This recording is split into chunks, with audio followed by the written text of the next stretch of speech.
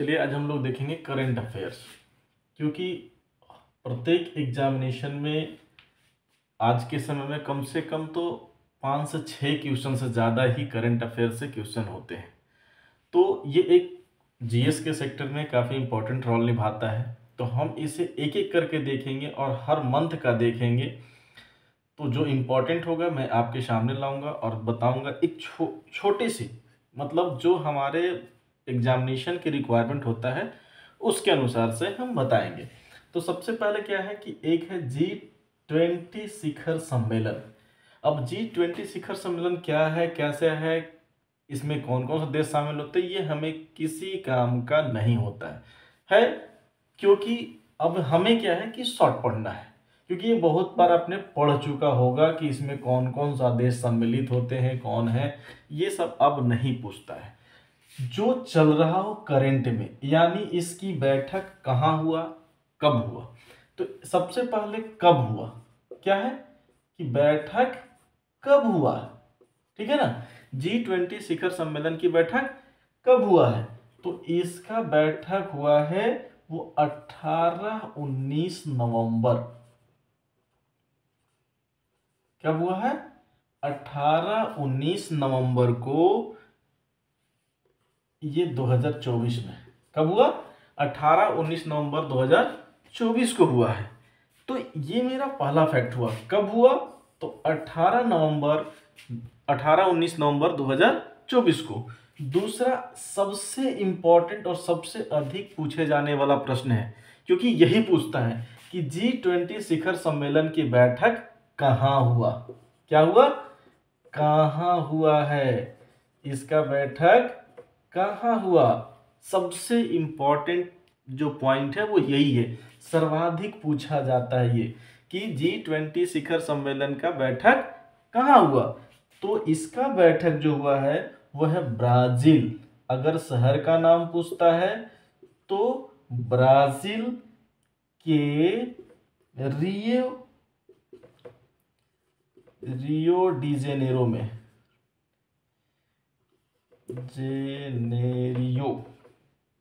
क्या है, Rio de Janeiro में इसका बैठक हुआ। यानी G20 शिखर सम्मेलन का बैठक कहाँ संपन्न हुआ, ब्राजील के रियो डी जेनेरियो में इसका बैठक संपन्न हुआ। ये दूसरा पॉइंट था। तीसरा जो पॉइंट है वो है इसका थीम। क्या है, थीम। इसका थीम क्या था, थीम को हम लोग कभी कभी पूछता है कि विषय क्या था। क्या है, थीम के साथ साथ कभी कभी पूछता है कि विषय क्या था इसका। तो देखिए सबसे पहला जो और इम्पोर्टेंट प्रश्न है वो ये बनता है कि G20 शिखर सम्मेलन 2024 का बैठक कहाँ संपन्न हुआ। तो हमारा आंसर क्या होगा, ब्राजील। अगर ब्राजील ना देके रियो डी जेनेरियो दिया हुआ तो रियो डी जेनेरियो में संपन्न हुआ। तो ये पहला सबसे इंपॉर्टेंट है, ये तो डेट हम लोग डाल देते हैं कब हुआ है। और दूसरा सबसे इंपॉर्टेंट जो पॉइंट इसमें है वो है इसका थीम। कभी कभी पूछता है कि यह किसकी थीम है या किस शिखर सम्मेलन की थीम है। तो वो इसका थीम है एक न्यायपूर्ण, क्या है, एक न्यायपूर्ण, ठीक है ना, न्यायपूर्ण विश्व और सतत ग्रह का निर्माण, ये इसका थीम है। G20 शिखर सम्मेलन 2024 का जो थीम है वो है एक न्यायपूर्ण विश्व के निर्माण करना और सतत ग्रह का निर्माण करना, यह इसका थीम है। क्या है, इसका ये थीम है, ठीक है ना। अब है कि अगला बैठक, अब इससे एक कदम आगे चल के जो पूछ लेता है कभी कभी वो है कि अगला बैठक कब होगा, है ना। अगला बैठक के मतलब क्या हो जाएगा, क्योंकि ये 24 है, 2024 है, ये 24 में संपन्न हुआ है। तो हमारा जो होगा वो अगला बैठक क्या होगा, अगला बैठक 2025 का होगा। तो 2025 में इसकी बैठक कहाँ होगी, इसका बैठक होगा दक्षिण अफ्रीका में, यानी दक्षिण अफ्रीका में इसका अगला बैठक होगा। क्लियर? ठीक है। अब यह पूछ सकता है G20 शिखर सम्मेलन 2024 की बैठक किस शहर में या कहाँ संपन्न होगी या कहाँ होगी, ये मेरा क्वेश्चन होगा। ये आयोग का या यही क्वेश्चन होगा आपका किसी भी एग्जामिनेशन में उस संस्थान द्वारा पूछे जाने वाले। अगर हम एक और ले लेते हैं इसका 2026 का, हो सकता है 25 न पूछ के 26 पूछ दे, तो 26 का इसका बैठक होगा जिसकी अध्यक्षता दी गई है USA का, USA में, यानी संयुक्त राष्ट्र अमेरिका में 26 की बैठक होगी। यानी G20 शिखर सम्मेलन की 2026 की बैठक USA में और 2025 की बैठक दक्षिण अफ्रीका में होगा। लेकिन अगर 24 की बात करता है तो ब्राजील के रियो डी जेनेरियो में हम लोग मारेंगे। क्या होगा आंसर? हमारा आंसर होगा ब्राजील के रियो डी जेनेरियो में। और अगला बैठक यानी 25 की बैठक दक्षिण अफ्रीका में, 26 की बैठक USA में। क्लियर? 25 की बैठक कहाँ होगी? दक्षिण अफ्रीका में, और 26 की बैठक कहाँ होगी? USA में। और 24 का बैठक कहाँ संपन्न हुआ? ब्राजील के रियो डी जेनेरियो में। इसका थीम क्या था? क्या थीम है? एक न्यायपूर्ण विश्व और सतत ग्रह का निर्माण करना। क्या है? विश्व कैसा हो? न्यायपूर्ण हो और सतत ग्रह का निर्माण करना। सतत का मतलब क्या होता है? हमेशा चलते रहना, यानी विकसित, मतलब कभी खत्म ना हो, सतत रहे, बना रहे, उसका निर्माण करना। क्लियर? इसमें एक पॉइंट और अगर पूछ सकता है, वो पूछने की संभावना ये बनती है कि 2023 की अध्यक्षता किसने की थी, क्योंकि इसकी 2023 की अध्यक्षता, क्योंकि अगर भारत के संदर्भ में पूछ रहा है और भारत की एग्जामिनेशन डील कर रहे हैं तो ये जानना बहुत जरूरी है। क्या है? 2023 की अध्यक्षता भारत ने की थी, और भारत की अध्यक्षता में किसको अस्थाई देशों के रूप में अस्थाई सदस्य बनाया गया? अस्थाई सदस्य के रूप में अस्थाई सदस्य किसे बनाया गया है? अफ्रीकी संघ को बनाया गया था। अफ्रीकी संघ को अस्थाई सदस्य के रूप में कहां बनाया गया था? भारत की अध्यक्षता में बनाया गया था। याद रखेंगे चीज, ये क्वेश्चन पूछ सकता है कि भारत की अध्यक्षता में किसे G20 का अस्थाई सदस्य बनाया गया, तो क्या कहेंगे? भारत की अध्यक्षता में अफ्रीकी संघ को क्या बनाया गया? G20 शिखर सम्मेलन के अस्थाई सदस्य बनाया गया, यानी G20 शिखर में अस्थाई सदस्यता प्रदान की गई। क्लियर? आगे अब हमारा है वो क्या है, एक एक कर हम लोग देखते चलेंगे। अब है अमेरिकी राष्ट्रपति। एक बार क्या हुआ था कि बिहार के एग्जामिनेशन BPSC में अमेरिकी राष्ट्रपति के बारे में पूछ दिया था कि ये किस पार्टी से, क्या है कि ये जो अमेरिकी राष्ट्रपति जो बाइडेन जीते थे तो वो किस पार्टी से संबंधित थे, प्रश्न ये पूछा था। तो हो सकता है अभी आने वाले प्रश्न है, तो अमेरिकी राष्ट्रपति का चुनाव हाल ही में संपन्न हुआ है। ठीक है, क्या हुआ है? अभी हाल ही में संपन्न हुआ है। तो किसे राष्ट्रपति चुना गया? राष्ट्रपति किसे चुना गया? जो बाइडेन को, सॉरी, किसे चुना गया? ये डोनाल्ड ट्रंप को चुना गया है। डोनाल्ड ट्रंप को अमेरिका का राष्ट्रपति चुना गया। किसे? डोनाल्ड ट्रंप को। क्लियर? अब है कि पूछता है किस पार्टी। अभी बताए कि पिछले बार क्या पूछा था कि किस पार्टी से संबंधित है, तो किस पार्टी से है? ये रिपब्लिकन पार्टी से है। रिपब्लिकन पार्टी से संबंधित हैं। किस पार्टी से हैं? तो रिपब्लिकन पार्टी से संबंधित है। अमेरिकी के राष्ट्रपति किसे चुना गया? डोनाल्ड ट्रंप को, जो अभी हाल ही में शपथ ग्रहण कर लेंगे। लेकिन ये किस पार्टी से है? रिपब्लिकन पार्टी से। कह सकता है किस पार्टी के बहुमत मिला है? तो रिपब्लिकन पार्टी के। याद रखेंगे किसका? रिपब्लिकन पार्टी को। किसको? रिपब्लिकन पार्टी को। ये कैवे नंबर का है? कौन से नंबर पे है? कौन सा नंबर है इनका? राष्ट्रपति बनने के क्रम में इनका कौन सा नंबर है? तो ये 47वें नंबर के राष्ट्रपति बने। कितने?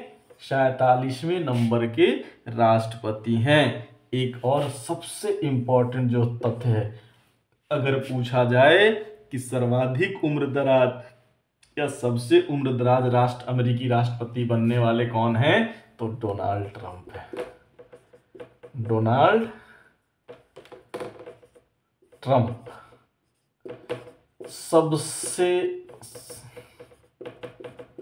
सबसे उम्रदराज है। ये उम्रदराज राष्ट्रपति हैं, राष्ट्रपति बने। कितने उम्र के हैं ये? 78 वर्ष के हो चुके हैं। कितने वर्ष की? 78 वर्ष के होने के बावजूद इन्होंने राष्ट्रपति का पदभार संभाला, यानी जीत हासिल की है डोनाल्ड ट्रंप ने। क्लियर? तो ये एक क्वेश्चन है जहां से क्वेश्चन पूछने का संभावना ये और ये तीन है जो पूछता है। कौन से नंबर के हैं? 47वें नंबर के। किस पार्टी के हैं? रिपब्लिकन पार्टी के। और सबसे उम्रदराज कौन है? तो ये डोनाल्ड ट्रंप ही हैं, जो भी हाल ही में बने हैं। हो सकता है ये पूछते कि अभी अमेरिकी चुनाव संपन्न हुआ जिसमें राष्ट्रपति के उम्मीदवार के रूप में किन्हें विजय प्राप्त हुई या किसने जीता? तो डोनाल्ड ट्रंप ने। क्लियर? नेक्स्ट है, अब हम लोग देखते हैं अगला न्यूज। वो क्या है? अब अभी हाल ही फिलहाल में ये भी क्वेश्चन हमेशा पूछा जाता है। ये क्वेश्चन हमेशा पूछा जाता है, इसको याद रखेंगे हमेशा। ब्रिक्स शिखर सम्मेलन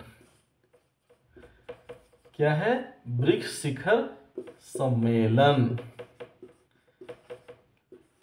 हम ये इसीलिए यहां पे दे दिए कि 16वां।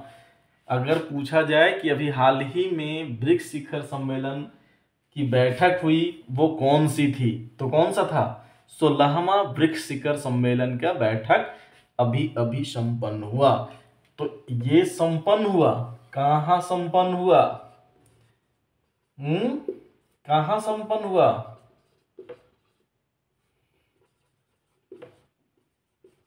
कहां संपन्न हुआ? 16वां ब्रिक्स शिखर सम्मेलन कहां संपन्न हुआ? तो ये रूस के काजान में हुआ। कहां? रूस के एक शहर है, रूस के काजान शहर में। कहां हुआ था? रूस के काजान शहर में। और कब हुआ ये तो पूछने की संभावना, लेकिन हम लोग इसे लिख लेते हैं कि कब हुआ। ये हुआ आपका 22 से 24 अक्टूबर। ठीक है ना? 22 से 24 अक्टूबर 2024 को याद रखेंगे। ये 22 से 24 अक्टूबर 2024 को रूस के काजान शहर में 16वां ब्रिक्स शिखर सम्मेलन की बैठक संपन्न हुआ। तो याद रखेंगे, क्वेश्चन पूछेगा ये कि 16वां ब्रिक्स शिखर सम्मेलन का बैठक कहाँ हुआ, या 22 और 24 अक्टूबर 2024 को ब्रिक्स शिखर सम्मेलन की बैठक कहाँ संपन्न हुआ। तो क्या लिखेंगे? काजान में, रूस के काजान में संपन्न हुआ। अब इसकी थीम क्या थी? इसका थीम, अभी बोले थीम को विषय भी कहते हैं, कंफ्यूज नहीं होंगे। कई बार पूछ देगा कि इसका विषय क्या था, तो विषय पूछे या थीम पूछे दोनों सेम है। जैसे उसको न्यायपूर्ण विश्व की बात कर रहा था और सतत ग्रह का निर्माण की बात कर रहा था, तो ही न्याय संगत ये कहता है। वो न्यायपूर्ण था और ये है न्याय संगत। ठीक है ना? ये न्याय संगत वैश्विक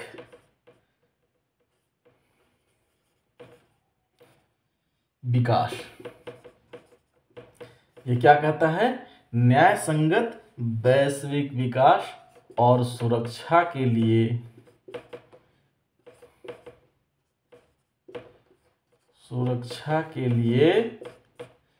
बहुपक्षवाद को मजबूत करना, ये इसका थीम था।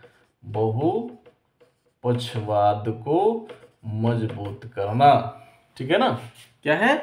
बहुपक्षवाद को मजबूत करना, ये इसका थीम है, विषय है। अब सबसे बड़ी जो होता है कि ये इतना इम्पोर्टेंट क्यों हो जाता है। ब्रिक्स शिखर सम्मेलन जो है वो आप जानते हैं किससे बनी है? किससे? BRICS।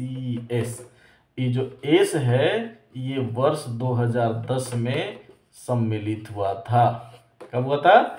वर्ष 2010 में सम्मिलित हुआ था, नहीं तो इससे पहले ब्रिक कहलाता था। क्या था? ब्रिक कहलाता था। ब्रिक्स में ये BRICS ये ब्रिक्स है। तो ये जो था साउथ अफ्रीका, दक्षिण अफ्रीका जो कहते हैं, वो 2010 में सम्मिलित हुआ था। B से ब्राजील, R से रसिया, I से इंडिया और C से चाइना। इन 5 देशों को मिलकर के ही ब्रिक्स का गठन हुआ। और ब्रिक्स का जो वैश्विक भागीदारी है वैश्विक जनसंख्या में, सोचिए इन्हीं 5 देशों से 41%, विश्व की कुल जनसंख्या का 41% जनसंख्या इन्हीं 5 देशों में निवास करती है।